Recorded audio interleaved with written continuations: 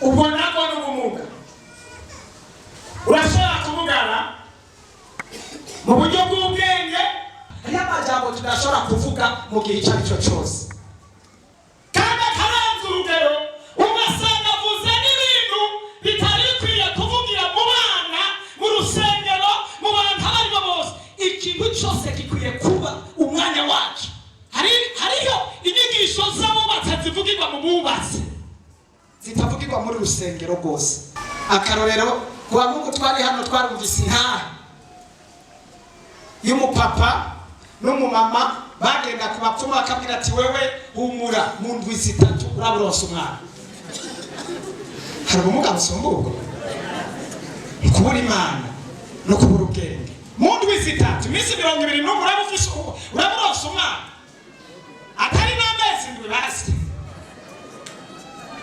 ubwo n'ubumuga butagira urugero hano hantu hari abantu bari mu byago turagomba imana ibakure n'ubwo bumuga bw'ibyago haleluya hano hantu hari abantu bafashwe n'impemu mbi baramugaye impemu mbi zarabaziritse zarabazingamitse bavugishwa ibitari byo bakoreshwa ibitari byo ingo zabo zarasambutse bamwe baboshwa n'ubusambanyi bamwe baboshwa n'ububeshi bamwe baboshwa n'ibyaha impemu mbi zarabazingamitse atangura kubakiza wovyemera uyu munsi Yesu wogukiza impemu mbi yakuboshe wovyemera Yesu ashobora kugukiza impemu mbi Imana idufashe cyane nahanuye tuzoka mu izina rya Yesu abarozi barakuboshe igihe kirekire ariko ndatangaza gukira kwawe abarozi barakugaye bungana ubuzima bwawe wamugenda uri mu bwenge wamugenda uri inyuma y'abandi wamugenda ugendera ku bandi ugenda nk'ikibuga ugenda ucumbakira ujya kubera bagufashije ujya kubera usabye imfashanyo ariko uyu munsi ndatangaje ukuzuka yaba bafizera batera haleluya harabana tumvise ko hari umuntu bagiye ati ari kuri Prince Regent acaja he ujya mbona yari yagize ikibazo hari abantu bafise ibibazo bimeze nk'ibyo abatraumatijwe n'abantu abatraumatijwe n'imiryango abatraumatijwe n'ibyago n'ibyaha mukagira ihababuka hari abantu bari hano bagwaye indwara zihababuka kubera ibihe babamo kubera amajambo babwirwa kubera situation barimo ndakubwira ngo Yesu nifunga kinwa funga byose funga vyombo Yesu muzina Yesu ndatumburuka yariko icuridwe izina Yesu icoyambere Ichora kabiri birazuka ubushobozi bw'Imana bara ubushobozi bw'amavuta ya kare yazuka ariko igikuta ichora kare yazura mu izina Yesu ubushobozi bw'Imana injira mu profunda ubwo wese babijyakuye ichora gatanu yazura mu izina Yesu Imana ishoboye ichora gatandatu yazunguruka yekigiye gishanuka ichora yindwi barukuye gutera haleluya ichuje izina Yesu Suka, ikiwa pana kuja, utasema kumandana, injira hujase, bandanya muwasanzano yao, bandanya injira muwasanzano yao, Abisirayeli, kumusi injira yiwe, injira ya hawageze, ahugeze nere na injiriwe. Wezina!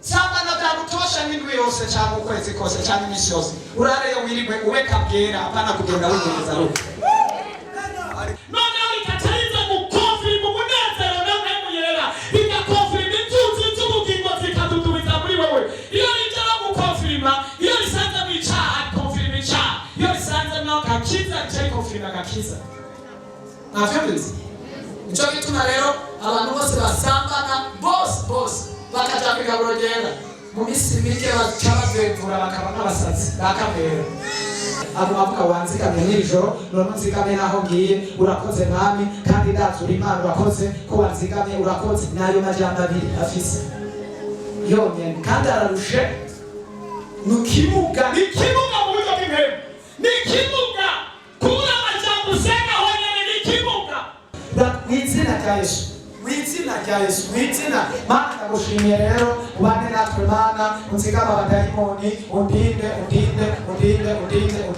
abadayimoni. Izina rya Yesu, mu izina rya Yesu.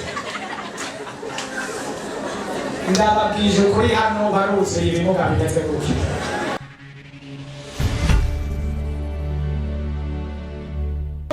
Luka, hagira umuntu agusomera Luka indwi wereka umurongo wa 18 urabandanya 21 gushika ku murongo wa 22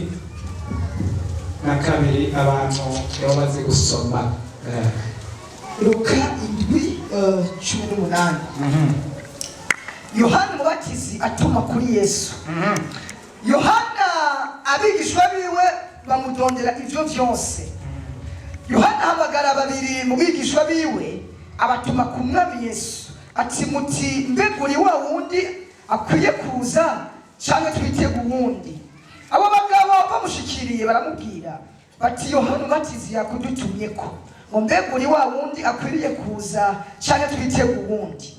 Muri ako kanya akiza benshi indwara n'ivyago n'impwemu mbi n'impumyi nyinshi arazihumura. Na kabiri maze arabishura ati nimugende mubanire Yohana ivyo mubonye n'ivyo mwumvise.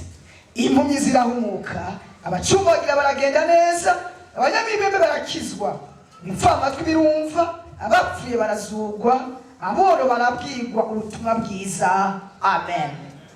Hallelujah. Amen. Mana nishimwe. Aya n'amajambo akomeye ajanye n'ubumuga. Burya ubumuga buri kwishi. Iyo umuntu amugaye bisigura ngo hari ibintu abahajije. Niko bimeze. Hari ibintu abahajije. Hari ingingo abahajije. Kumugara. Iyo umuntu ashobora kumugara mu buryo butandukanye. Muri make wumva ngo umuntu iyo amugaye hari ikintu abahajije. Bisigura ngo mu bintu byose wowe uhajije uri kimuga. Niba hari umuntu afise ibintu ahajije uri kimuga. Abantu bashobora kuvugana ibintu bitandukanye by'ubumuga. Umuntu arashobora kumugara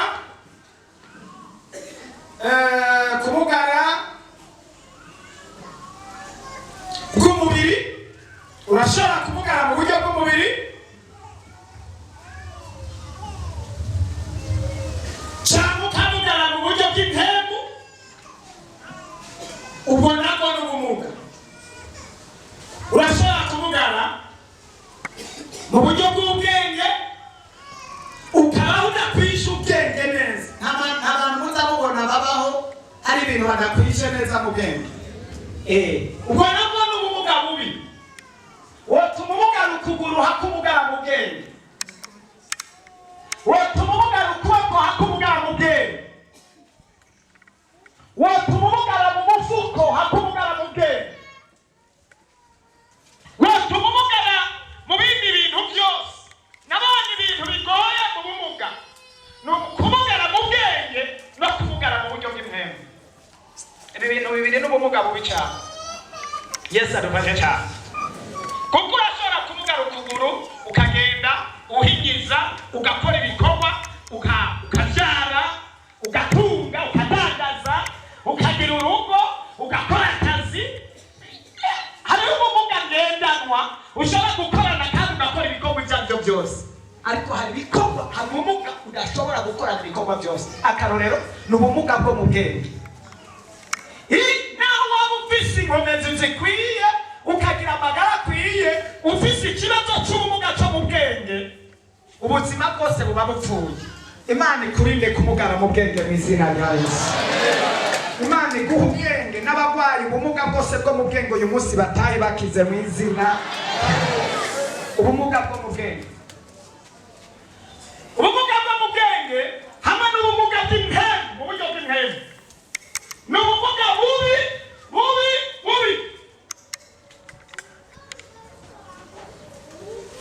Mu bumuga bwo mu bwenge ukibaza iki kintu akoze uyu muntu yagikoze abona cyane. Iri jambo uvuze iyo umuntu amugaye mu bwenge arashobora guhurudukana ijambo abantu bose bakifata ku munwa kubera arafise ikibazo cyo kukontorora amajambo agomba kuvuga. Yesu adufashe cyane.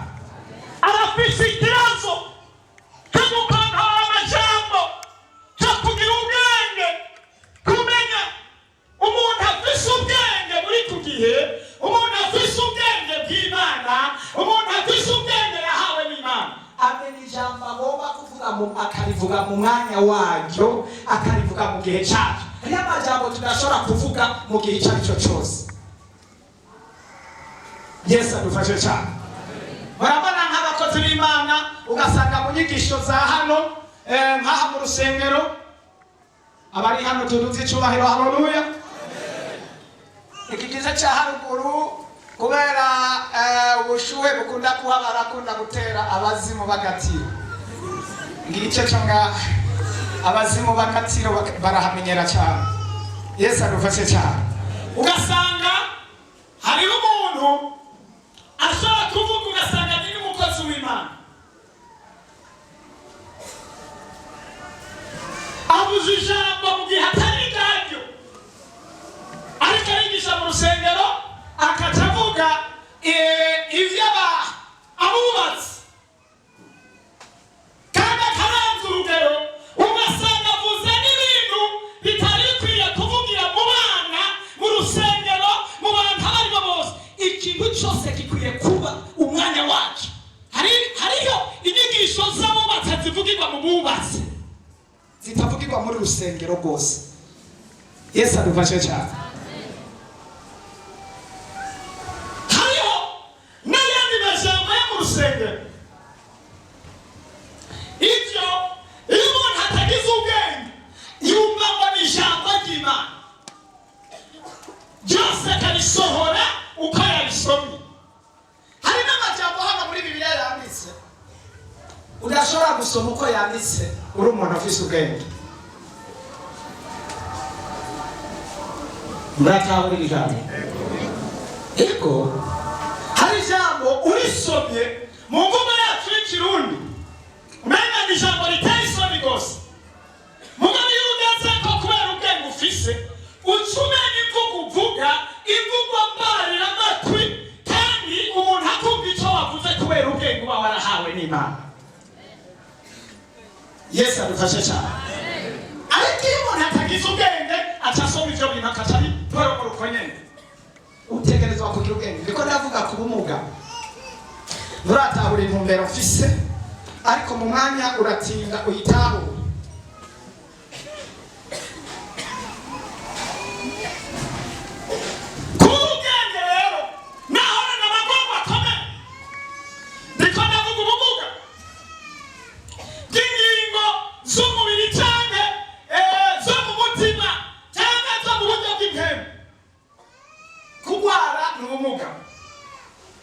Kubura ubwenge ni ubumuga bukomeye.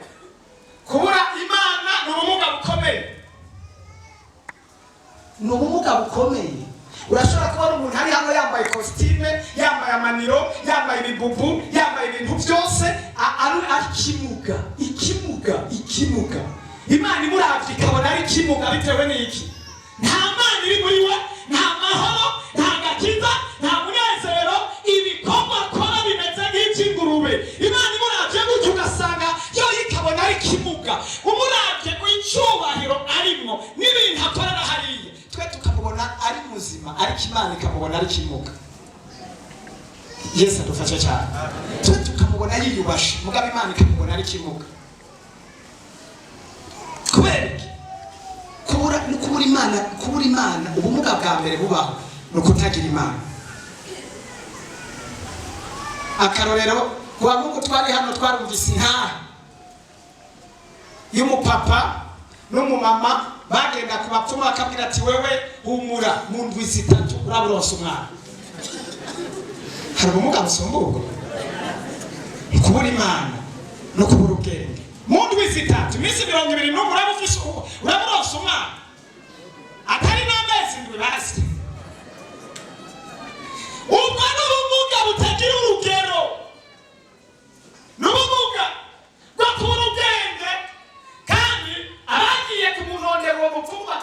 bakizera ngo nivyo.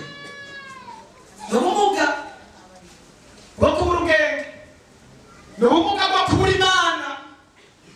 Imana ikurinda ubumuga mu buryo bwose mu izina rya Yesu. Turaza kuvugana ku bijanye n'ubumuga. Kubura Imana nabwo n'ubumuga.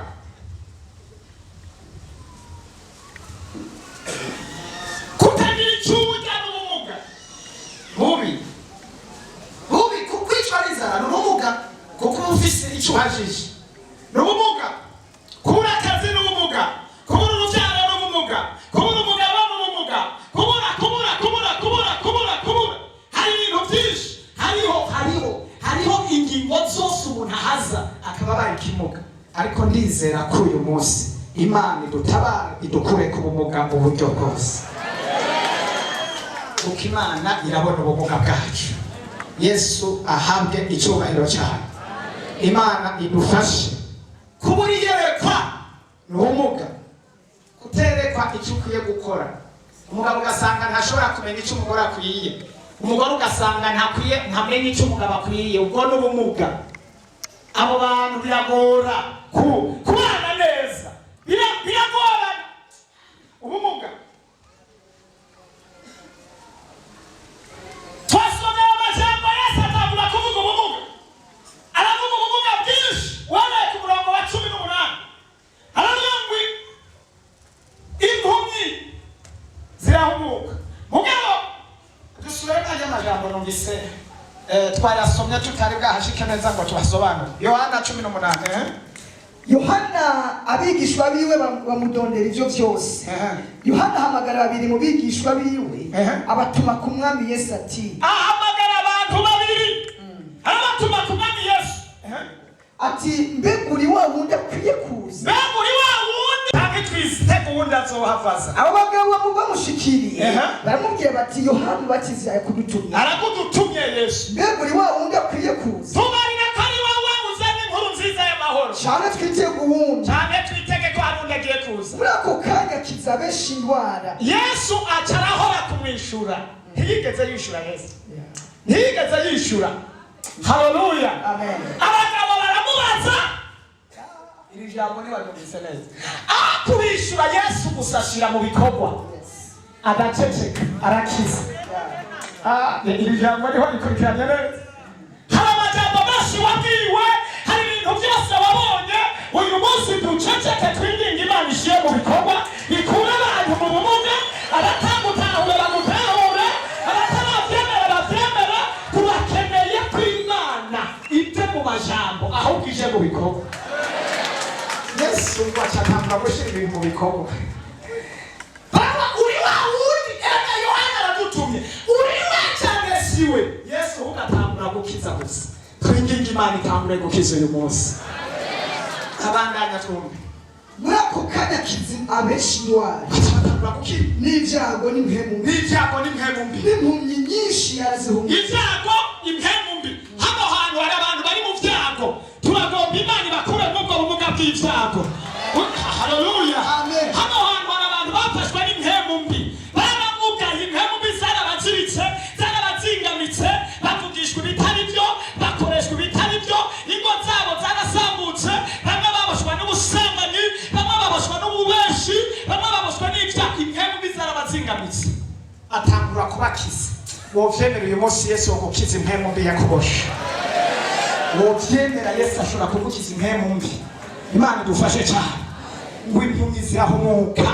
Imana idutabara. Hari impumyi zirahari. Zirahari impumyi.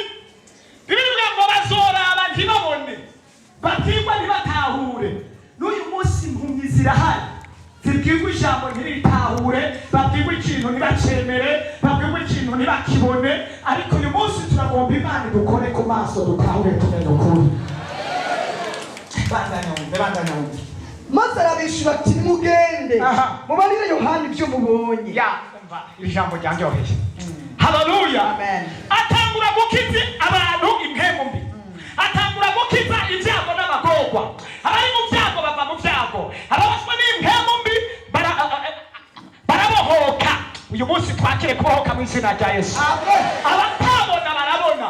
Aca ahera mwako kanya arababwira tumiriza. Bari bamubajije ngo uri we cyangwa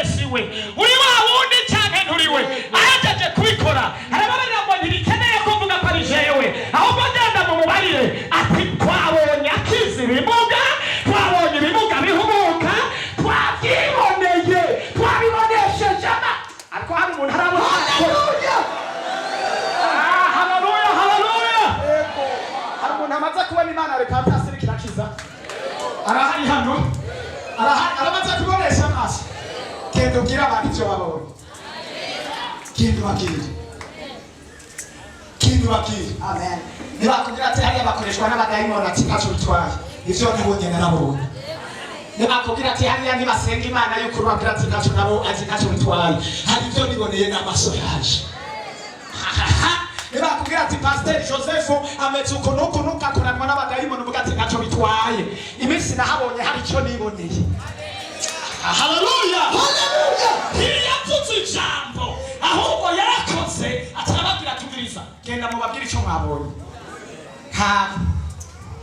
Genda mubabwire icyo mwabonye. Haleluya! Genda mubabwire icyo mwabonye. Genda namwe mutangaza amakuru mu gisagara y'ivyo mubonye biriko birakoreka. Genda mutangaze mu mwanya tugasenga Imana.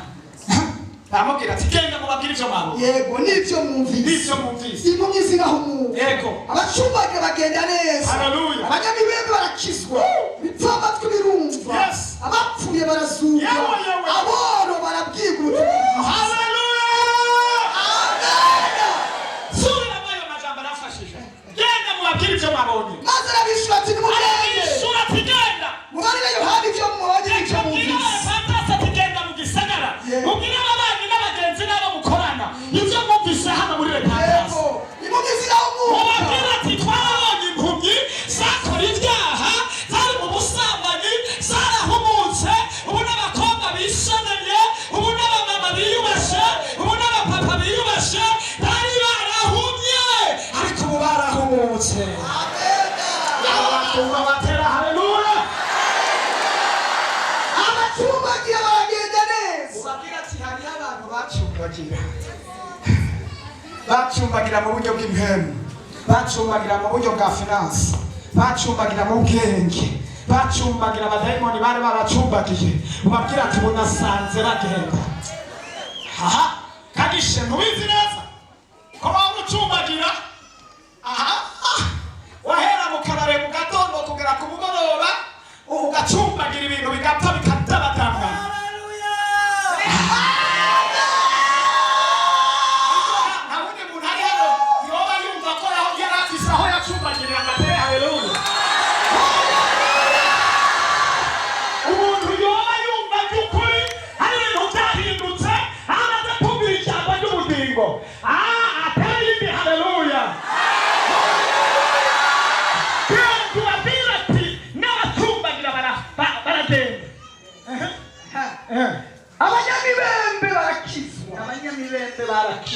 Barakizwa imibembe y'ibyaha.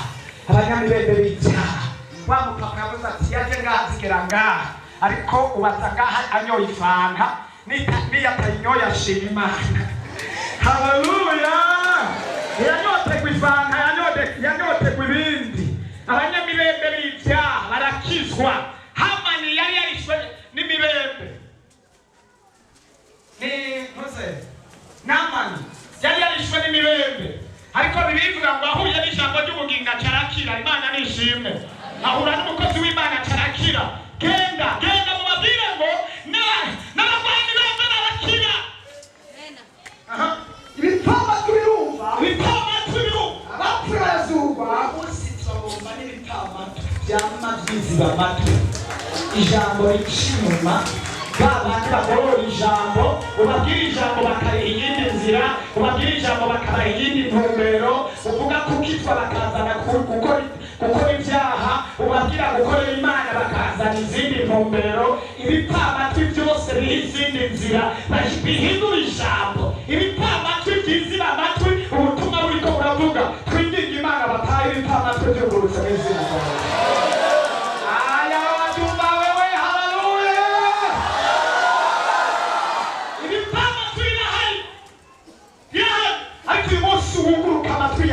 Amatwi y'umutima yuguruke, amatwi y'ubuzima yuguruke, aho wahora wiyubagiza, aho wahora ijambo rica mu gutwi riseruka mu rindi. Imana yugurure. Yesu niwe yabivuze ngo genda mubabwire n'ibipfamatwi yumva. Ariko Mana yanje haleluya. Abapfuye barazuka. Hano hari abantu bapfuye mubabona baraha, barapfuye mu mitima, barapfuye mu buzima, barapfuye mu byabo, barapfuye mu maproje, ingo zabo zarapfuye, amasengesho yabo yarapfuye, ibikorwa byabo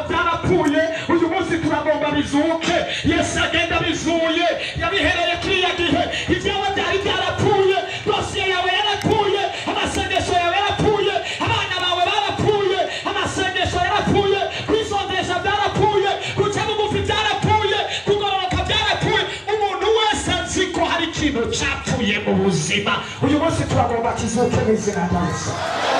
Iyo abatumva batari bibi, haleluya. Uyu munsi Imana ihere kukuzura ibyawe byapfuye mu izina rya Yesu. Ndatangaza gufuka kwawe. Ndatangaza uyu munsi uwo munsi wo kuzura ibintu. Iyo abatumva batari, haleluya. Uyu munsi Imana izura ubuzima bwawe. Uyu munsi Imana izura umuryango wawe. Uyu munsi Imana izura amasezerano yawe. Uyu munsi Imana izura icyo Imana yari yarakubariye igihe kirekire. Yewe ni mu byumba wotera, haleluya.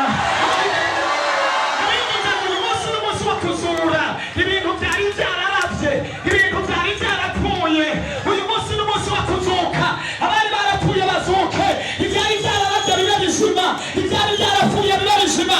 Ndatangaza kuko Yesu yatangaje, agatangariza ku bantu bagaca baba bazima.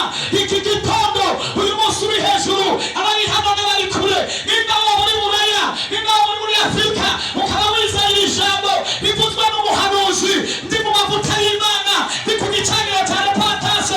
Ndatangaza ngo byari byarapfuye bizuke. Ndatangaza ukuzuka k'ubuzima bwawe. Ndatangaza ukuzuka kw'amariyaje yawe. Ndatangaza ukuzuka kw'akazi kawe. Ndatangaza fe y'umwaka mu mpera y'umwaka, ibyari byarapfuye bizuke. Amagwara yari yarakwishe, ubuzima bwawe bwari bwaraboshwe, abana bawe bari barapfuye, ibintu byari byarapfuye mu mutima, ibintu byapfiriye mu ibanga, ibintu byapfiriye mu maproje, ibintu byapfuye mu mapromese, bagumye bakubarira gusa, ibintu biguma bipfa. Wahanuriwe n'abahanuzi benshi, wahanuriwe n'abakozi b'Imana benshi, ariko ndahanuye nk'umukozi w'Imana yatumwe n'Imana mu mpera z'uyu mwaka, mu kw'icumi na kabiri, ndahanuye kuzuka.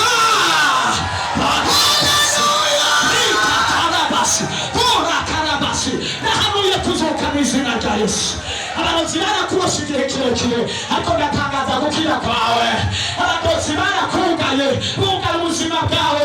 Wamugenda uri mu bwenge, wamugenda uri inyuma y'abandi, wamugenda ugendera ku bandi, ugenda nk'ikibuga, ugenda ucumbakira, ujya kubera bagufashije, ujya kubera usabye imfashanyo, ariko uyu munsi ndatangaje ukuzuka. Yaba batizera batera, haleluya. Mubwira babiri canke batatu, twabwira uyu munsi ndazuka aho bari barapfuba, barampaze mu izina rya Yesu. Zuka, zuka, zuka, zuka mu kaburi, zuka mu kaburi, zuka mu kaburi, zuka mu kaburi, zuka mu kaburi. Aho bari barakubereye, zuka mu izina rya Yesu. Aho bari baraguhanze, uhereye mu bwenge bwawe, uhereye mu buzima bwawe, uhereye mu maproje yawe, uhereye mu masengesho yawe. Bisabye kuzura ibyari byaraboshwe. Ageze kumva kwa Lazaro, ahita arazura. Lazaro ataba muzima, ibyaboze bica birazuka. Ndatangaza kuzuka. Abari muri Afurika, abari muri repentance, ndatangaza kuzuka mu izina rya Yesu. Abari muri Buraya, ndatangaza kuzuka mu izina rya Yesu. Abariko bamukurikira kuri online, ndatangaza kuzuka. Ndatangaza kuzuka.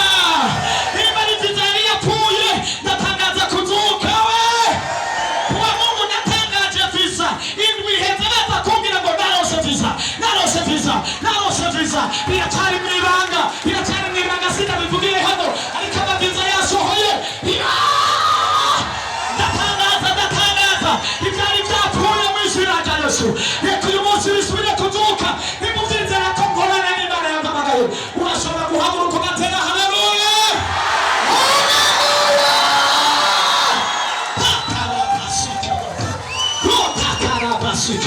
Yesu arababwira ngo genda mubabarire. Abapfuye barazuka, ibitandatu birumva, abatabona barabona, ibimuga biragenda, n'abapfuye baboze barazuka. Rimwe kabiri gatatu, igihano cy'Imana, urazuka mu izina, urazuka mu izina, urazuka mu izina.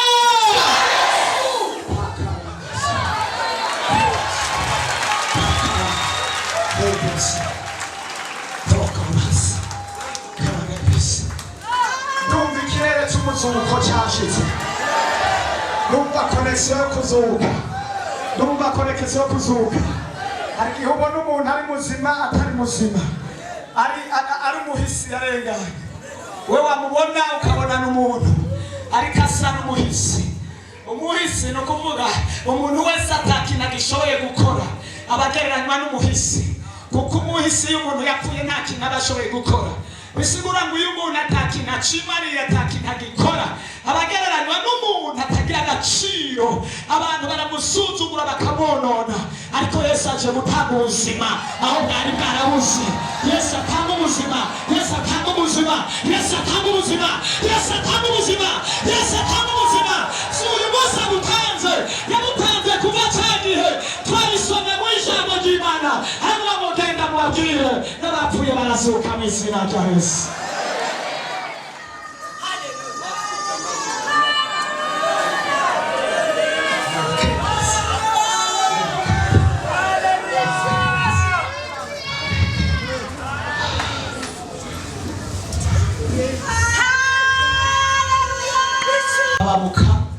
Bamaze kuba nk'abantu basa n'abantu batraumatijwe. Umuntu iyo yagutraumatishwa wahaba ukugatuke. Hari abantu tumvise ko hari umuntu babwiye ati ari kuri Prince Regent acaja he ujya umuntu yari yagize ikibazo. Hari abantu bafise ibibazo bimeze nk'ibyo,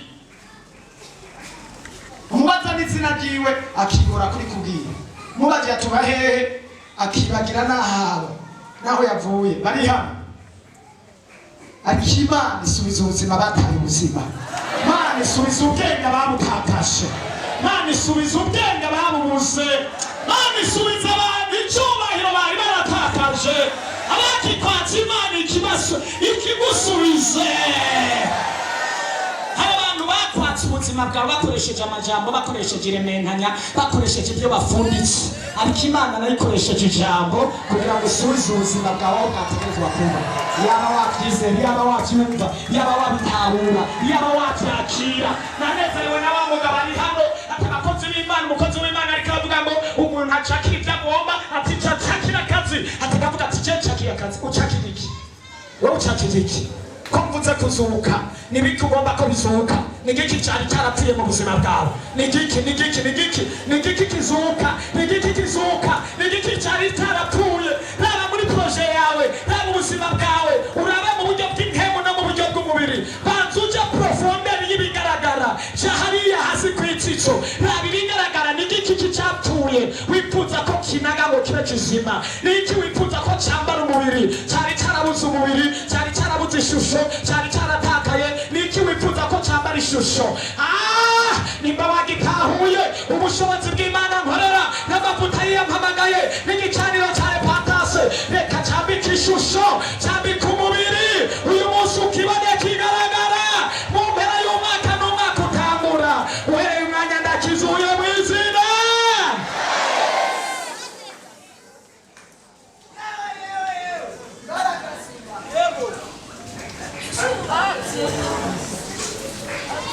Abahababutse nimusubize imitima mu nda, Yesu yaranesheje. Abatraumatijwe n'abantu, abatraumatijwe n'imiryango, abatraumatijwe n'ibyago n'ibyaha mukagira ihababuka. Hari abantu bari hano barwaye indwara zihababuka, kubera ibihe babamo, kubera amajambo babwirwa, kubera situation barimo. Ndakubwira ngo Yesu nifunga kinwa, funga byose, funga vyombo, rakapasike. Iyo tuzi ibintu birahinduka. Abamwizeye bamukomera amashyi, abamwizeye bakore haleluya.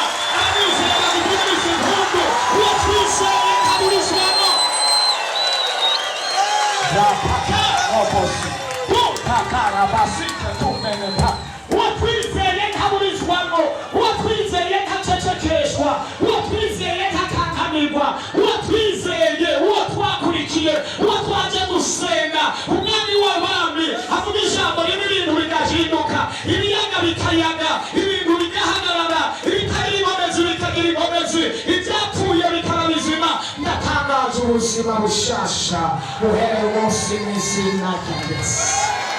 Nariko ndavuga ngo bahabutse nimuhumure mureme, Yesu ari ku ngoma, ari ku ngoma yaranesheje.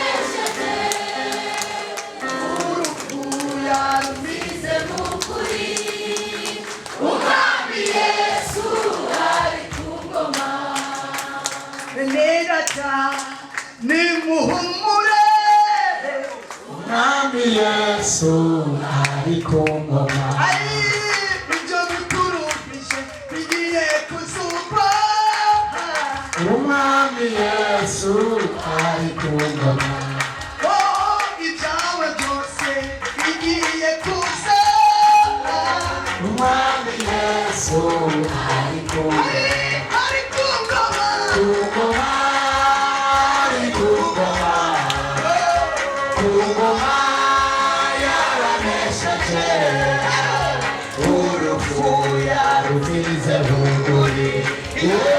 Umwami Yesu ari ku ngoma, ku ngoma, ari ku ngoma, humura Yesu ari ku ngoma, teka ureme Yesu yaranesheje, ni Alufa niwe Omega, ni ntangiriro niwe n'iherezo, ni wabirema akabikomeza, niyavuze ijambo ryiwe ntiryijana, ni Alufa kandi arashoboye. Umwami Yesu ari ku ngoma, tunezerwe kandi tumushimire. Umwami Yesu ari ku ngoma, yakoze abitegetse ngo bizuke, bizuke, bizuke. Akira, akira, akira ubuzima, akira kuranirwa, akira gutabagwa, akira amasezerano, akira amahoro, akira uruvyaro, akira gutabagwa, akira akazi, akira agakiza, akira amagara meza, akira umunezero, akira promosiyo, akira gushirwa hejuru, akira kuba neza mu rugo, akira, akira, akira ico bari baratakaje, akira ico bari barabuze, akira igikundiro, akira gukundwa, akira guhindukirirwa, abari baragutera muhindukirire, ivyari vyaragutakaje bikugarukeko, ndabigaruza mu izina rya Yesu.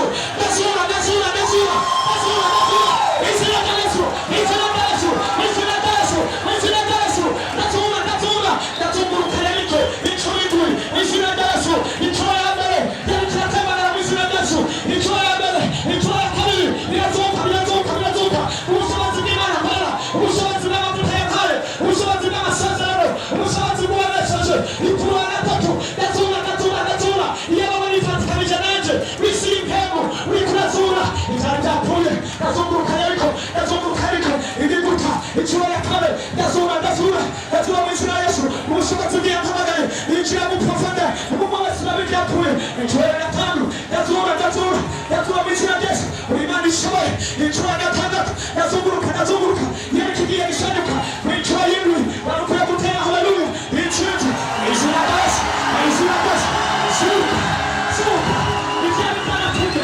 udashobora kubandanya, injira aho ugeze, bandanya mu masezerano yawe, bandanya injira, injira mu masezerano yawe. Abisirayeli ku munsi w'inshuro y'indwi binjiriye aho bageze, aho ugeze rero binjiriwe mu izina rya Yesu, izina rya Yesu, izina rya Yesu.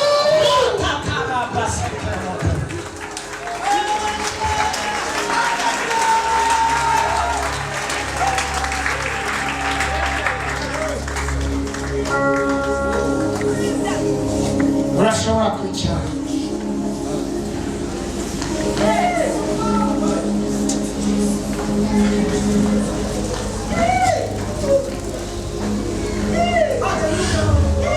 Wari waracitse intege mu mutima, wari warapfuye mu buryo bw'umutima, ntiwizera urabona igitangazo uyu mugoroba n'uyu munsi.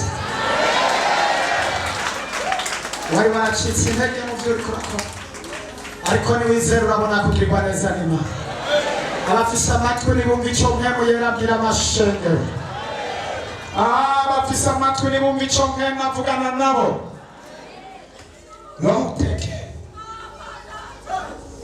wahuye n'ingorane nyinshi ziguca intege, wahemukiwe kenshi, wahuye no guhemukirwa kenshi biguca intege. Hagera igihe wiyumvira ngo Imana ntayihari, irahari. Hagera igihe wiyumvira ngo Imana nikora, irakora, irakora kandi irahari. Ndatangaza, ndahanura, Imana ntiyahindutse, ntizokwigera ihinduka, ntizokwigera ihinduka. Loteke robosi hokabasa. Abantu bashobora guhinduka ariko Imana ntihinduka. Abantu bashobora kumuhemukira niyo yonga ibihemu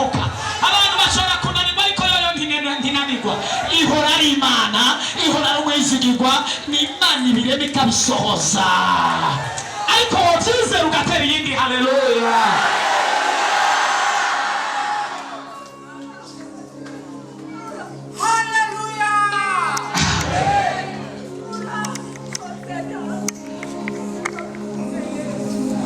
watakambye abantu igihe kirekire nta nyishu wabonye wasabye abantu igihe kirekire wagishije inama abantu igihe kirekire nta nyishu wabonye ariko ndamutangariza ngo nimba abantu baracecetse Imana yoyo ntizokwama icecetse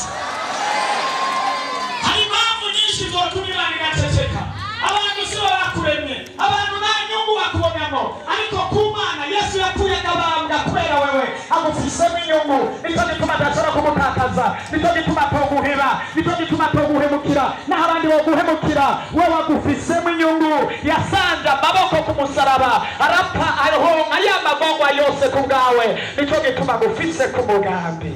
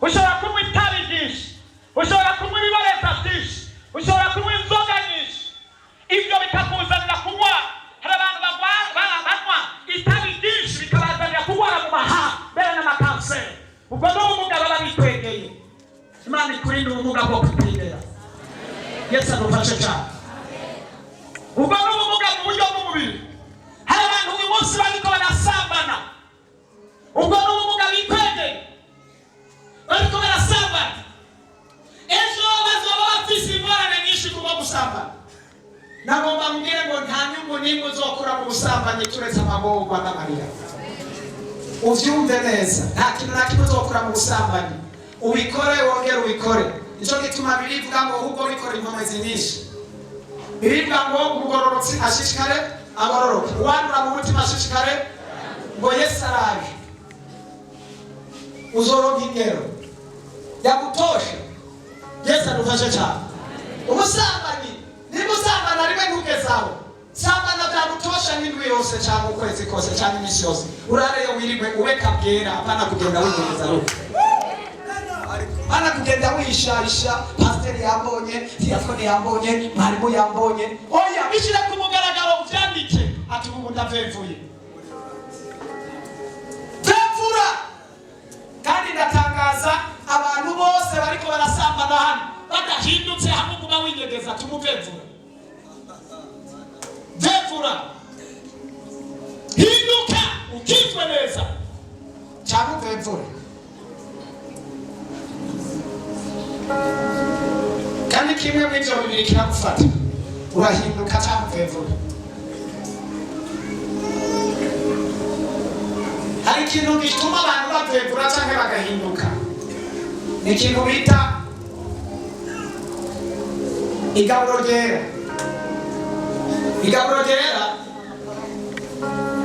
iyo uri ku ruhimbi uri umusambanyi utashoboye kubyatura cyangwa ngo bihebe ukajayo wasambanye rimwe umenye neza ko uzoca usambana uca bakabwera uca usambana inshuro nyinshi kuko rigaburo ryera rizana guhindura umuntu rizana impindura riza kwemeza ryoga riza gukonfirima riza kwemeza gushigikira n'ikashi iyo mu mutima wawe wategerezwa kujya kwigaburo ryera wejejwe mu mutima atavuye kwagiriza icyaha noneho rikatariza gukonfirima umunezero n'amahemu yera rigakonfirima inzuzi z'ubugingo zikadudubiza muri wowe iyo rijya gukonfirima iyo risanze mu icyaha rikonfirima icyaha iyo risanze mu gakiza rikonfirima agakiza ntavyumvise nicyo gituma rero abantu bose basambana bose bakaja kwigaburo ryera mu minsi mike baca bavemvura bakaba n'abasazi bakabera naho kuyihisha ushobora kuyihisha inshuro nyinshi cyane. Uja kwigaburo ryera uramenyekana, kwiga magera ukajya mu mubiri wa Kristo n'amaraso ya Yesu ukaguma winegereje, ntihagire umuntu azokuresha. Nari ntangaje ubuzima mu izina rya Yesu.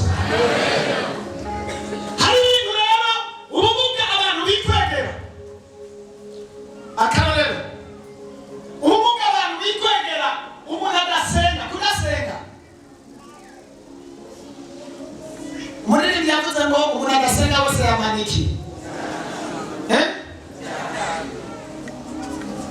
Umuntu adasenga wese yamanija.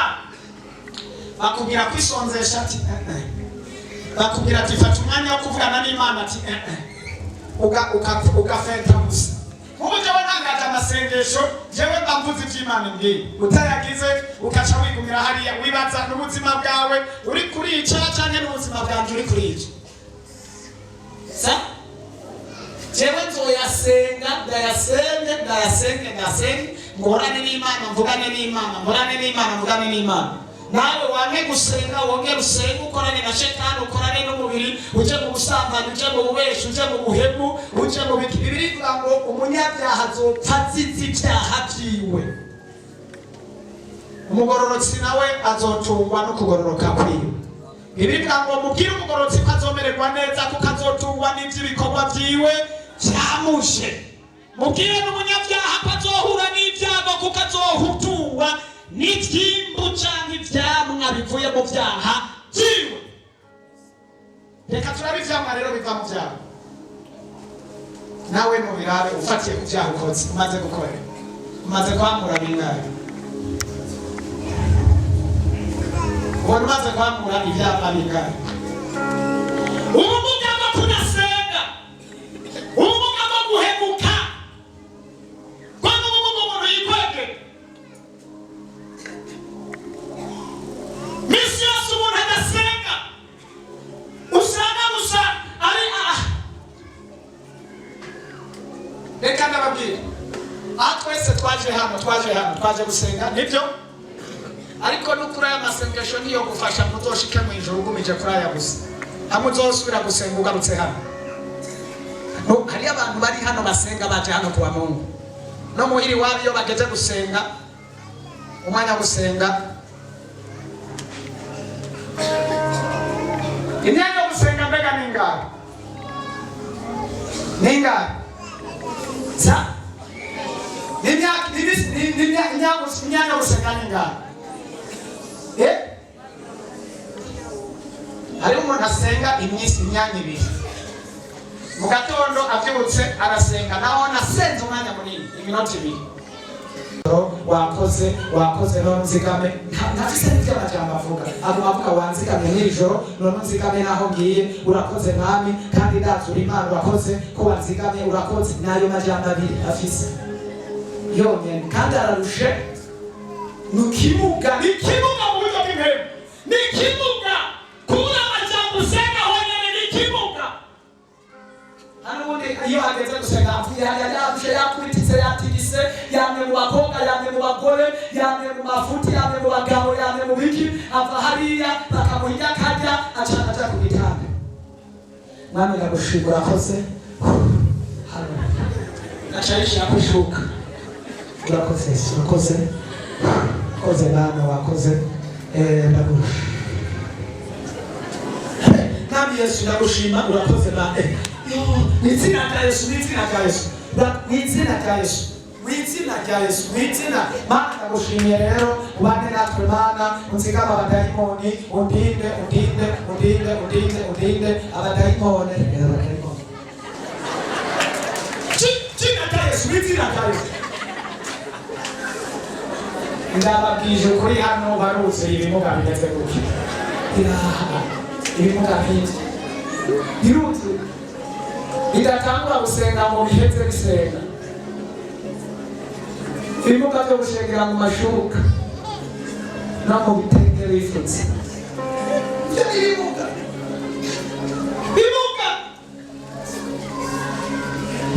bitamana n'abadayimoni. Abadayimoni bafite ubushobozi bafite hariya mu banyefeso ngo mutware ibigwanishwa byose Imana itanga kugira ngo mushobore gutsinda ubugunge bwawa mugwanizi. Uzobura gusambana gute udasenga?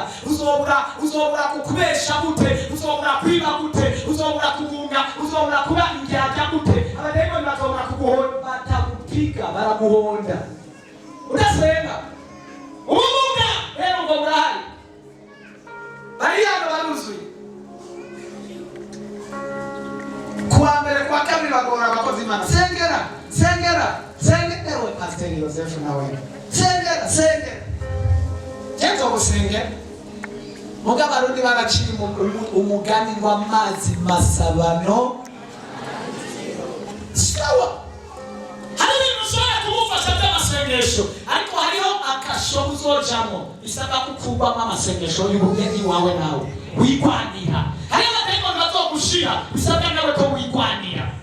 Hari amasengesho agusengera impembi, rega hari impembi zirukanwa n'amasengesho asanzwe n'izindi impembi zisaba ko wisonzesha. Yesu yabivuze hariya muri Matayo. Wamaze kuja abantu muri siku bakakuboha bisaba ko ariyo wisonzesha. Wamaze kwinjira muri siku y'ubusambanyi, umaze kuba ufise abakobwa n'abagore n'abagabo n'abaki, bamwe basambana n'abagabo, abandi barisambanya, abandi baradigana n'abadayimoni babaniga, bagira aho ukeneye imbaraga zo kwisonzesha ugakubita abazimu. Abigishwa bavuze ati twirukanye abadayimoni batunaniye ati reka zijya mbaraga bene ziga zikugwayo n'amasengesho yo kwisonzesha. Yesu adufashe cyane, Imana idufashe cyane. Udashoboye kwisonzesha byashoboka ko ushobora kubugwanya indwara. Hari abantu barwaye indwara badashobora kwisonzesha kubera imiti baterezwa gufata. Ivyo ndabizi, ariko fata umwanya muremure wo gusenga. Fata utuntu duke tutumusinzira, kuko na rimwe abantu barakubita icyakura bagakubita indya zikagera hano, bagira gutya itiro ryonyene rikaza amashiri. Fata utuntu duke kugira usenge.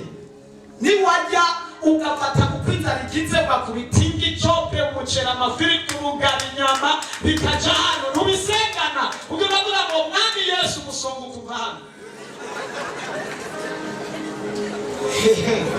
Aho utekereza ugatangura kuvuga buhoro ego Mwami Yesu urakoze Mwami, wewe kubuza gusenga n'ingi. Abandi babujijwe n'inzara nawe ubujijwe n'indya. Ewe maboba nawe Yesu adufashe cyane.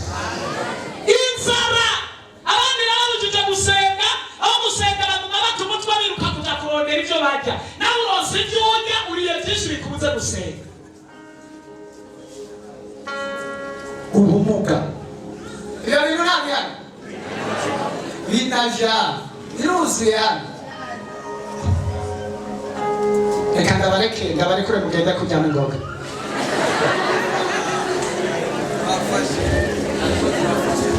Ndabarekure mugende kwiga hakika. Yesu adufashe cyane. Oya ubwo bumuga turakeneye kuvavanura nabwo tukinjira mu mbaraga z'Imana tugakorana n'Imana, abazimu tukabahonda, Satani tukamuhonda, tukagendera hejuru y'ibintu byose. Ijuru rikumva ryuko riko riravuga ati ndafise umugabo anyubaha, ndafise umukobwa anyubaha, ndafise umudamu anyubaha, ndafise umudamu ahaguruka agakubita abazimu. Yo akijuru riraryoherwa kabisa. Iyo umuntu akubita abazimu byagutoshe akaba kure y'ivyaha, ijuru riranezerwa. Ijuru riranezerwa n'Imana ikanezerwa. Ariko mutuma Imana inezerwa. Ariko twokora iki gutuma Imana inezerwa? Yesu adufashe cyane. Ubumuga twikwegera. Abantu bamugarira mu rusengero hano baramugana. Mu rusengero ndakubwira hakubona umuntu yamugariye mu rusengero, watumubona umuntu yamugariye hanze. Watumubona umuntu we hakuhura n'umupasiteri yamugariye, watumubona n'umupagani, hakuhura n'umwarimu yamugaye, hakuhura n'umuririmbyi yamugaye, watumubona umupagani. Hakuhura n'umukristo yamugaye, amugarira mu ijambo ry'Imana. Hari ikibuga cyari cyaramugariye kuri irembo ryitwa urazi ibikorwa cyakora. Urazi ibikorwa cyakora cyasaba asamaza abantu. Umuntu yamugariye mu rusengero asamaza abantu, atesha umutwe abantu. Cyari kwirembo ryiza abantu bose kibonye abantu baje gusenga, wize gusenga kikaca kigutesha umutwe, kigira ibintu gutya kikirabika.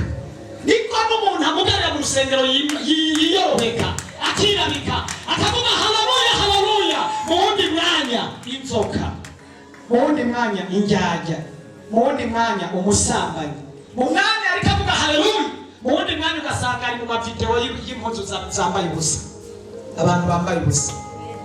Umuntu yamugariye mu rusengero ageze hano muri podium, haleluya Imana ishime, Mungu ni mwema, haleluya Imana ihabwe icyubahiro. Muri iyo mana dusenga ikimuga kivuye hano kigeze hano aho cicaye, ikimuga avuye hano ageze hajya hanze, ikimuga gisamaza abandi. Kimuga Imana izokurinda ikimuga cyamugariye mu ishengero, Imana izondinde kumugarira mu ishengero, hapo mugara mu ishengero nkamugara nkasamaza abandi notuma mpanaja mu ijuru jewe. Ikimuga cyamugariye mu rusengero kiba gifise misiyo yo kugurisha abandi mw'ibanga, uko cyapfuye nawe kikwice. Mwirinde kugira abagenzi babi muzi bamugariye.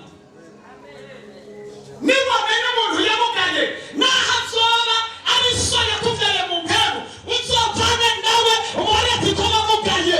Naho azoba umugabo wawe agusumira, uzomubwira ati nzogusengera, ariko ntibuze wemere ko akugwisha nk'uko yaguye. Umuriro si gufata sakafatane, umuriro so gufatana mende. Nakubwira ati ujya muri ruhinda kiyono ijane urumwe. Singa umudamu wanje namubwira ati byukuri ijana urumwe. Singa abahungu banje namubwira ati mwijane muze muhote mwenyene. Imisi namaze senga sinikwiye kubipfabusa. Amajoro naraye ibikorwa namaze nisonzesha, sinkwiye kubihomba. No kugira wewe ufise ingufu zo kurinda genda, je ntankomezi zo kurinda visi. Uze witandukanye n'umuntu yamugaye. Niwabona ikimuga cyamugaye mu mpemu kikakugira amajambo y'urupfu, avana nawe byihuta atarakumugaza nawe, kuko aza mwibanga, aza buhoro strategy, buhoro akwereka gusenga. Mugabo afise misiyo yo kukugwisha. Kimuga kimuga cyari hajya kwirembo, wibaza ngo cyakora iki? Abantu cyabona kibadugije, kimwe kikabasamaza mu buryo bumwe, ikindi kikabaka amahera. Imahera akavuga ati napfuye kikirabika. Ishikanwa warukiye gutanga ukacuritanga hano, warukiye gutanga bishikanwa ku Mana. Erega shetani afise ubwenge, akacarira bikaza kwipfisha. Ishikanwa agomba gutanga ukacuritanga hajya. Abantu benshi bamburirwa hajya umugisha wabo kuri hajya kwirembo ryiza, bambugwa mu buryo bwo kubasamaza, abandi bakambugwa amashikanwa. Akava mu yavuga ati ndafise ishikanwa ngiye gutanga, yagera hajya yahura yewe hari umuntu afise strategy yo kwirabika agapfa. Hano dufise abamama rero b'imbabazi nyinshi n'amarira cyaseseka, yamubona zikarabaye kacakora misaka 2 5 kihejeje kibonye urengane kikacaca. Bibiliya yavuga ngo kuva kivuka cyangwa gitonda aho hantu ntikigera gikira. Ikimuga cyamugariye mu rusengero ntigikira. Iyumvira imyaka cyari kimaze, Yohana na Petero barakibona, kibabonye ati ndatomboye umunanje ndaguye, kuko mbonye bajya b'amakoti bajya bobo bampa ibirengeye. Nabo ba Petero bakoze b'Imana nta n'igiceri bari bafise, mugo bari bibitse ko amasengesho Imana igushoboze kwimika ko amasengesho. Haleluya! Ndakunda abapapa bakora ubuzima bashika muri biro bakabanza kugara bagahamagara Imana. bakavuga ngo umuntu wese aza kwinjira hano ndamusize kuri kontrole y'ijuru aze kumbwira amajambo akwiriye. Abazimu bose baza kuza bazananye n'abaza kwinjira hano, umuntu wese aza kuza hano nze kwakira umuntu muzima. Abadayimoni babanze bashike hano ku muryango, bashikare hano ku muryango. Winjiye mu biro ukabanza gusenga, aho udandariza ukabanza kuhasengera. Winjiye mu modoka imbere yuko watsa imodoka ukabanza gusenga. Abana bagiye ku ishuri mbere yuko bava ngaho bantu barambike ku biganza, kubita nk'emubiza amasida, nk'emubiza ubujuju, bantu basengere. Ivyo baturako nivyo bizakubabako. Haleluya. Ubaprotege n'amasengesho, kuko twebwe tubikwa n'amasengesho. Yohana na Petero bari bibitse kwa amasengesho, kirabika kirapfa kirawera. Abwa turabesha we twamaze kubona impemu muri wewe. Igihe uzibika kwa amasengesho umuntu nazirabika uzomumenye, kuko Imana ikiguha impemu yo gusoma, Imana iguha impemu yo gutahura ibibuga byo mwishengero. Haleluya. Kweli kimugendana n'ibimuga mutabimenye, ibimuga by'imorego, ibimuga by'abasambanyi, ibimuga by'abarozi, ibimuga. Cyenda bireka tukagendana ko karyo baka. None no bikenza ko teko ntavyirukana. Kandi Imana yampaye kubihindura. Mugo hari kimuga kidahinduka. Ibimuga kidahinduka. Nawo kubita inyundo y'amasengesho. Nawo kubita inyundo kifise mission cyaje kuri n'intumwa ya Shetani. N'intumwa ya Shetani nukugwisha. Uraduka mu masengesho kavuga ati ngomba ngire tuwajuru, wamuhamagara ati na ati ngomba ngire amasengesho bangu uzokwica kugira ryari werega ngo Imana yarumvise amasengesho wasenze. Ngo yarishuye. Bagati nakangwe amasengesho unari kumusugira kabiri, agaca ku telefone ati ndagukeneye twohurira he, akakubwira amajambo. Urazi muri korali ngorane zihari, urazi Pastor Joseph, urazi Pastor Naka, urazi mwarimu Naka, urazi diakoni byarimo, urazi byabaye ku rusengero, urabizi agaca gukora. Wari kungazi yo kuduga ukuguru kumara gufasha, wari kusenga amasengesho Mana ngira neza nyuzu zamwe yera, amasengesho acacika. Wagomba kuduga ngo gere kuri rugero, wowe uraduga gakorora, ukaduga gakwega gakorora, waduga yindi ngazi yo yemisi gakorora. Ariko mo Imana yobaha amaso yo kumenya ibimuga. Haleluya. Hari ibimuga mwicaranye, hari ibimuga tugendana, hari ibimuga mu bana bawe, mu bana bacu, mu baririmbyi, mu bakozi b'Imana, mu bavuga butumwa, mu bapastori. Ibimuga byama biriho mu nzego zose, mu bapotre, mu sinzi inzego zose sinabizi. Ibimuga birahari. Yesu adufashe cyane. Ibimuga birahari. Bidasenga usanga bize theology gusa. Bantu gasangana nakugishwa gusa. Kugishwa gusa n'ijambo ry'Imana ntarizi. Ni byiza. Imana iravuga twarizi irayishura. Ariko biririmba ngo mbana n'abandi munda, abandondera udahumeka bazombona. Haleluya. Reka turondere mu nyongazo mwami Imana. Niko ndavuga ijambo ry'ubumuga. Haleluya. Imana igutandukanye n'ikimuga mu buryo bw'impemu. Imana igutandukanye n'ikimuga mu buryo bw'impemu. Haleluya, haleluya. Gira ubwenge, raba neza amaso, gerageza uhwihwisha ari ibimuga mukorana, abo mwicarana, abo muririmbana, abo mugendana. Umuntu wese uzobana gusubiza inyuma akubwira amajambo mabi n'ikimuga. Umuntu atari ikimuga akubwira ati senga Imana n'umwizigirwa, Imana n'umutabazi, gororoka, kizwa, hinduka, korera Imana, tangira Imana, wigo gerageza urimo, Imana irashoboye. Akubwira amajambo agukomeza. Haleluya. Amajambo agukomeza kuduza ku yindi ngazi. Ndiko ndavuga ko kimuga cyo mu buryo bw'impemu kibi. Watumubona umupagani muhanzi. Kimuga mu buryo bw'impemu.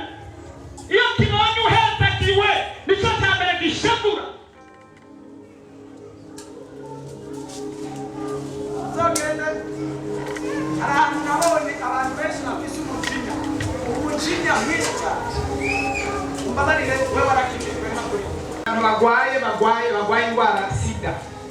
Yaragwaye sida n'indi gusa. Wicara no ku gitanda arihere yakaza ngo na oyanya kumutabo. Kudatangwa ndeke. amagorwa yose arimo niwe wayamuteye. Bafise umushiha, bafise umujinya abo bantu. Rimwe na rimwe hari n'igihe uri kuramuvura utabaye maso akwanduza kugira nawe bagutembane. Agutembane akwanduza. Bafise ibintu muri we abayumva ati ndapfuye, abagwaye sida benshi b'abapagani avuga ati sinayinyoye mu mazi nanjye nzopfa n'ikiganda nice n'abangahe. Iyo umuntu yapfuye mu buryo bw'inhema ashaka kugwisha abandi.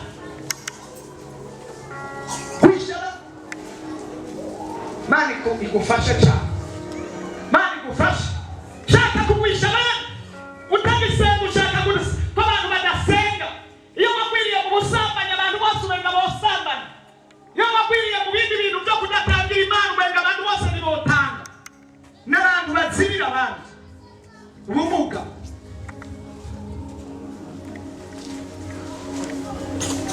Kuba ikimuga. Cyo mu rusengero kirateye umubabaro. Nagomba ninginga Imana dushobotse kugira ngo umuntu wese yirabe mu bintu harimwe ntabari kimuga. Yesu adufashe cyane. Ibimuga ibintu biranga ikimuga cyo mu rusengero nta na kimwe akora mu rusengero. Akunda gukora ibikorwa niyo abikoze abikora yerekana. Akarorero wawe ni yakwirembo nziza. Bibiri ivuga ngo cyari kimuga cyaremeye amaguru. Baragiterura bakigishiraho bakongera bakacanura bakaza kugitora. Mugabo gusamaza abantu kirabishoboye, kubaka amahera kirabashoboye, kugusha abantu kirabishoboye, ariko umubwiye ati korera Imana. Nta kintu akora. Ivyo nivyo biranga ikimuga. Ntakora amasengesho niyisonzesha shwi. N'umuntu asenga n'abandi gusa. Kimuga abonye gusuhezagiwe naho wajya mu buryo bw'impemu ngo Imana iguhinga bibi acashavuye. Imana iguhaye akazi abashavuye. Imana iguhaye urubyaro abashavuye. Imana igushize hejuru abashavuye. Imana iguhaye imodoka abashavuye. Ibimuga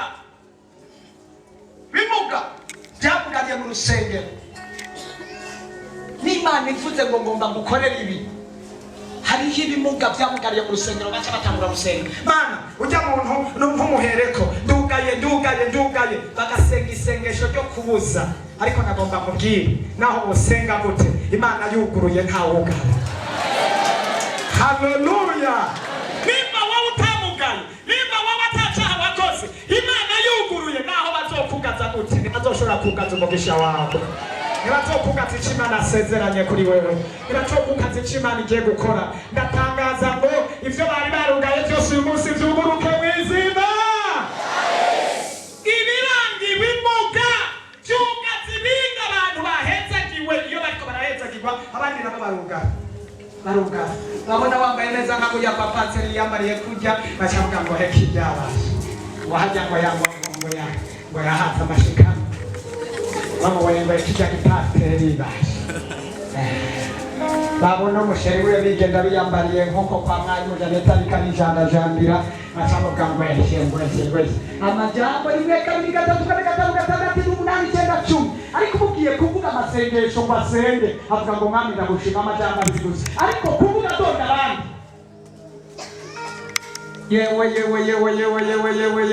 ntiwoshobora no gufata amajambo ariko aravuga. Kuvuga abandi gusa, kuvuga abandi, kutonda ibyo barimo, kuvuga ibyo barabishoboye. Ariko kumubarira gusenga yewe bivuga byo mu buryo bw'intebe. Bivuga amajambo y'umubiri gusa ariko ntibivuga amajambo abohora. Yesu adufashe cyane. Abakozi b'Imana, Imana iturinde kumugara mu izina rya Yesu. Haleluya. Tugomba gusenga ayo mashari y'ibimuga. Amashari y'ibimuga. Imana iturinde kabisa. Mbega niwamugaye. Mbega niwagendanye n'ibimuga. Ugendana na Suneru ugasunera nkawe.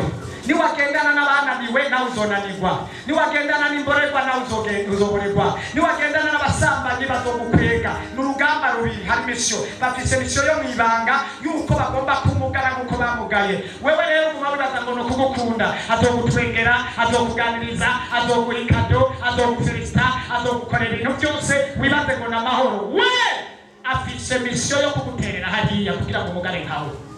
Yesu adufashe cyane. Gira amaso y'impemu, menya Yesu adufashe cyane. Uyu munsi ndagomba abantu bari hano bose ngo bave ngaha bazutse, bave mu bumuga, bwoba mu bumuga bw'umubiri, ubumuga bw'impemu. Haleluya! Fata umwanya wuname,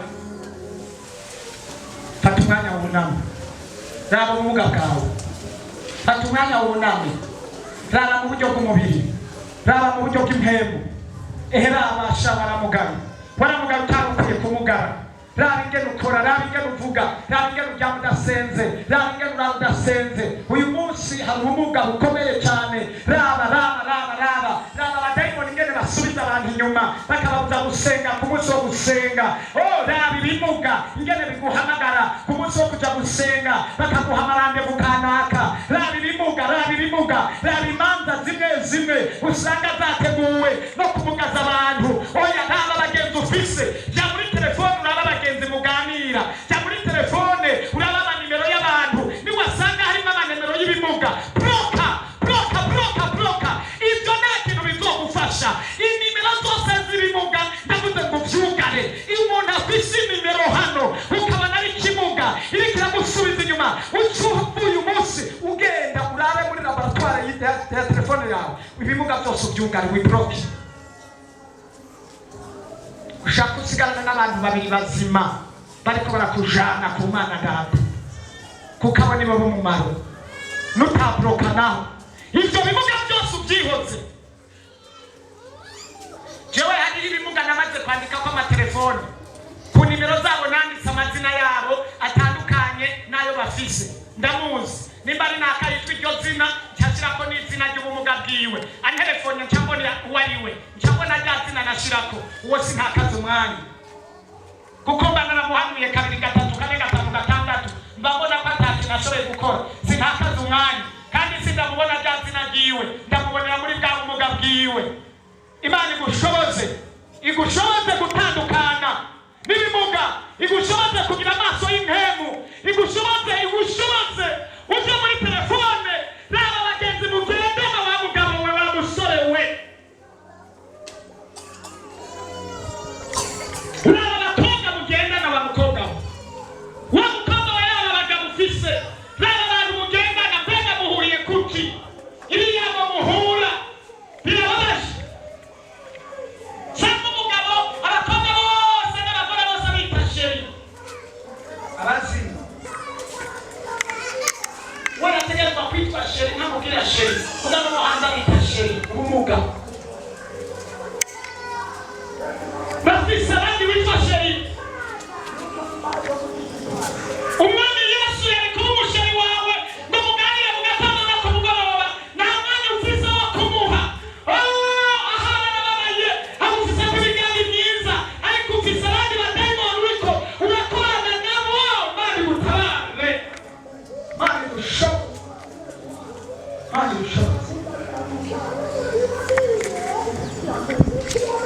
Ubumuga umuntu wese atagusanga hano aho yamugariye acahaguruka. Dufata umwanya gusa. Yesu urakoze kugaya amaso y'imwemu hayaba bawe, umuntu wese akabona ubumuga afise. Urakoze Mana. Hari uwaho urasenga iminsi 2 yaramugaye asigaye ku munsi umwe. Mbere n'uyu munsi umwe ntatwe dusenga. Hari uwaho urasenga kuwa 3, kuwa 5, kuwa Mungu asigaye aza kuwa Mungu nahone ari Imana itabara. Ibi ivuga ngo urabe aho wakiriye. Imana idushoboze cyane. Reka ndagusabe uhumirize ku maso yawe. Tangura uje mu bagenzi bawe ufise basina. Raba abagenzi mugenda wamaze kubona ubumuga aho wakugana. Raba abagenzi mu bantu, raba abo gukorana ibikorwa, raba abo mugendana n'ubumuga. Hari baguprovoka, hari bakwandikira message kanaka, raba amajambo uvuga y'ubumuga, raba amatelefone wakira. Yesu agufashe cyane. Niwasanga hari abantu bona bamugaye tuta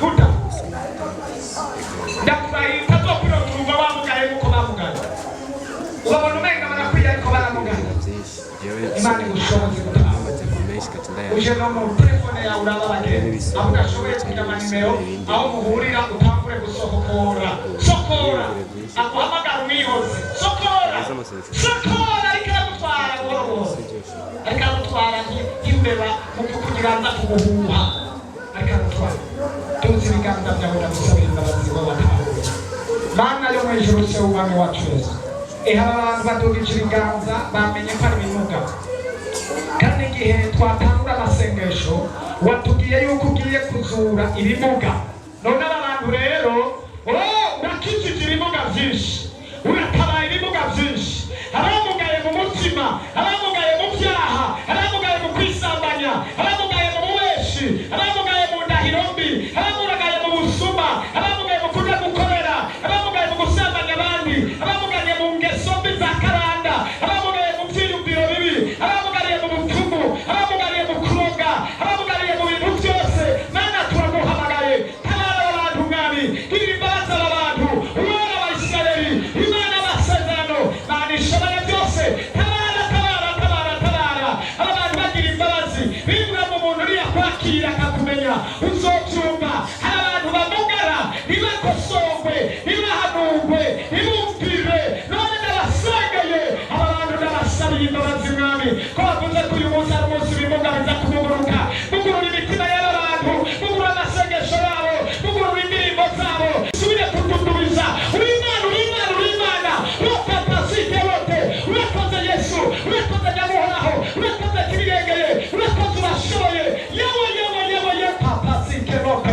aba bantu bamugaye mwami mukunda ibimuga ijambo ryatubwiye ngo ugeze ahantu hari ibimuga Yohana arabaza aravuga ngo mbega yoba ari wowe cyangwa ni uzoza wowe wakitangira gukiza wakitangira kuvura uturababwira ngo genda murabe genda muvuge ibyo mwabonye none natwe turi hano Mana reka utangure gukora kora mu mitima y'intabarigwa kora mu mitima y'abadaca bugufi kora mu mitima ikomantaye kora mu mitima y'abamugaye bamwe badasenga bamwe barimo ibyo bamugariyemo Mana tabara Mana kora haleluya baramanitse amaboko ikimenyetso cyo kunanirwa Mana bagirira imbabazi bwiza bwawe bubane nabo haleluya urashoboye Mana urashoboye muri ibi byaririmbye neza ubonye ko amaraso umwita umunyabyaha utumwita umugororotsi urakoze kutubabariye wageze kutubabarira turafise abamugaye benshi kumbure bashobora kuba ari abagore bacu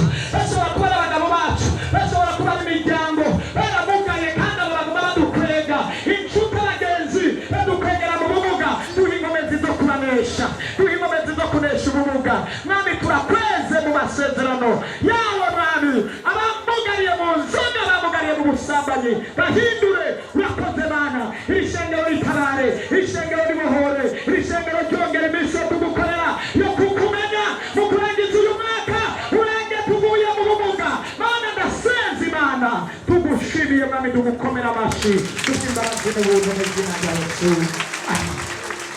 mugihagaze gato dusenge nk'iminota 3 yonyine tujye turangiza mugihagaze gato ngomba gusenga duhamagara ibintu byose byapfuye kuko twabwiwe ko ari umwanya wo kuzura ibyapfuye duhejeje kwihana tugaharirwa tuba turose faveur yo kwemerwa icyo dusabye imbere y'Imana nimba wihanye by'ukuri nimba uhindutse by'ukuri nimba bivuye ku mutima uremewe n'Imana nimba utazosubira muri byo uyihanye uremewe n'Imana nimba wafashe ingingo ntabanduka nimba ugiye gusenga waramenye yuko basubiye inyuma waramenye yuko watakaye waramenye yuko wazimiye ubufashe ingingo yo kugaruka menya yuko wemewe n'Imana ko wemewe n'Imana kugiwe faveur n'Imana saba icyo ushaka imbere y'Imana kugiwe faveur saba icyo ushaka imbere y'Imana haleluya reka dusabe icyo dushaka iminota nk'ibiri cyangwa 3 Mana yo mu ijuru se umwami wacu Yesu Kristo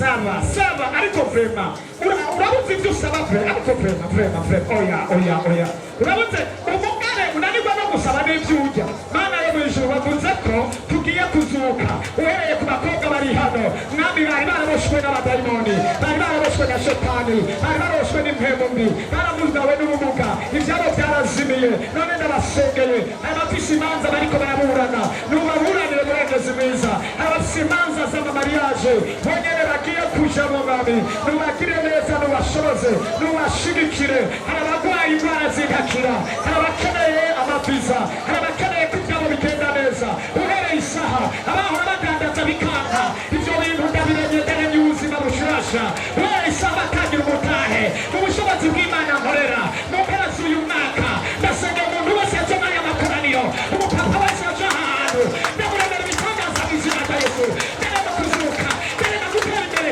n'ubwo bwiza bw'Imana nibwo bapakiye haleluya haleluya kaba abantu reba ibitangaza kaba abantu reba imbaraga z'Imana reba gukora kw'Imana ibyari byarapfuye ibyabashwe n'imiryango ibyabashwe n'abafamiye ibyabashwe n'ikuzimu ibyabashwe n'abarozi ndasambura ndasangamura ndatatanya ndamenagura ndonona ndashyira ku iherezo mu izina rya Yesu Kristo batubwiye ko ari umunsi wo guhemuka ari umunsi wo kuzuka Mana ndasabye Sabrere ibintu byose bizuke uhereye isaha bizuke bizuke bizuke ubuzima buzuke imibereho izuke amazina azuke project izuke imigambi izuke Yesu Yesu Yesu Yesu Yesu ngirira imbabazi Mana ndapfukamye imbere yawe n'umukozi wawe nguromumaro ndagupfukamiye ndasenga ishengero Imana sinzi imbere bavuga ngo icyo muzosaba cyose muzogihabwa nanjye ndapfukamye mwami ndasengera rya shengero bampa kugira ngo mpagarare imbere rubigire neza mwami ubatabare wowe untabaye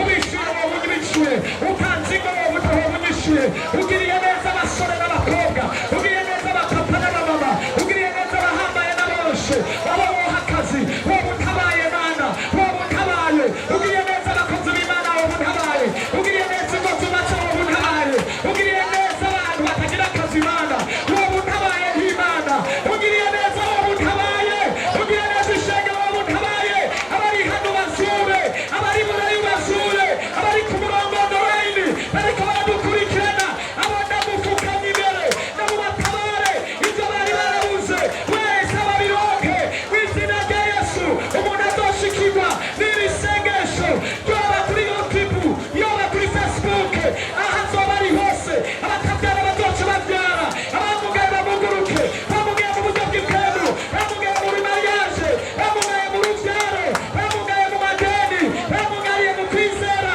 bamugaye mu buryo bwose aho umuntu wese azoba ari yumvise iri sengesho rizura ubuzima bwiwe abari hano muri Afurika abari muri iki gihugu abari mu mahanga umuntu wese azatumvira isengesho bihuriye kuri Facebook bihuriye kuri YouTube acumvira isengesho ndaramye ubuzima bwiwe abari baracitse intege abari badekuraje abakumbagaye Mana ubuzima bwawe ubushobozi bwawe bubakoreko iri jambo ryo kuzuka iri jambo ryo kuzura ibyabo bica bizuka Mana ndabasengeye impinduka ku buzima impinduka ku ishengero abari mu gihugu abari hanze y'igihugu abari Buraya umuntu wese atakumvira isengesho ndaramye igitangaza kuri we ndazuye ibyari byarapfuye ndazuye ibyari byararemaye ibikorwa byari byararemaye uhereye isaha ndabiremeye ndaramye ubuzima ndaramye ubuzima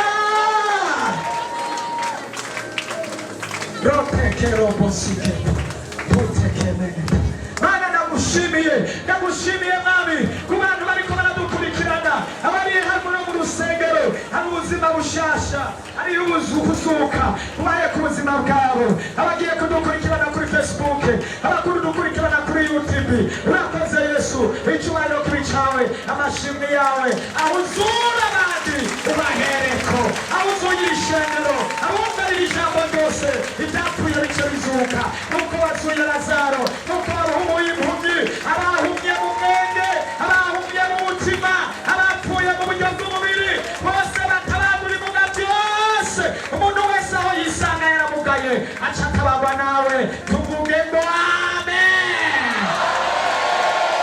urashobora kuvuga iyindi amen aho uzoba uri hose ubyumvise uvuge ngo amen urashobora kwakira igitangaza cyawe mu izina rya Yesu akira kuzuka mu izina rya Yesu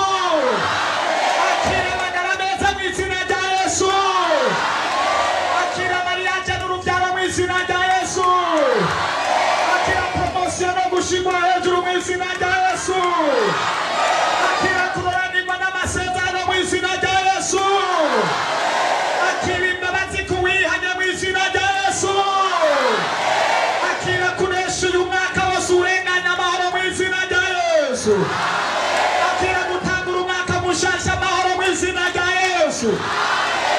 Uzoba umwaka wo kunesha n'umuzuko mu izina rya Yesu. Umwaka utangura uzoba umwaka w'umugisha n'amasezerano no gushika ku byari byarananiranye mu izina rya Yesu. Nimukize tera haleluya. Komera amashyi.